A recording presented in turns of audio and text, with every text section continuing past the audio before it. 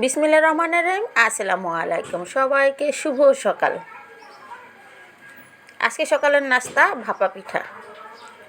পিঠাটা ঘরে বানাইনি, বাহির থেকে কিনে এনেছে আলুসার আব্বু।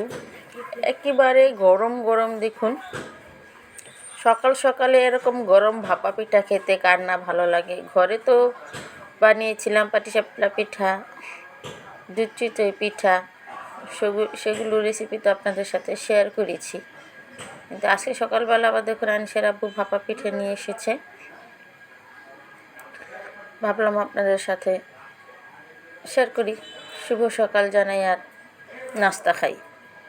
শীতের দিনে এই গরম গরম ভাপা পিঠা সকালের নাস্তা লাজবাব, যার তুলনাই হয় না।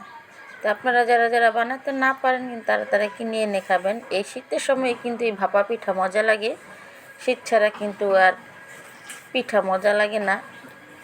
শীত মানেই তো পিঠাপুলি,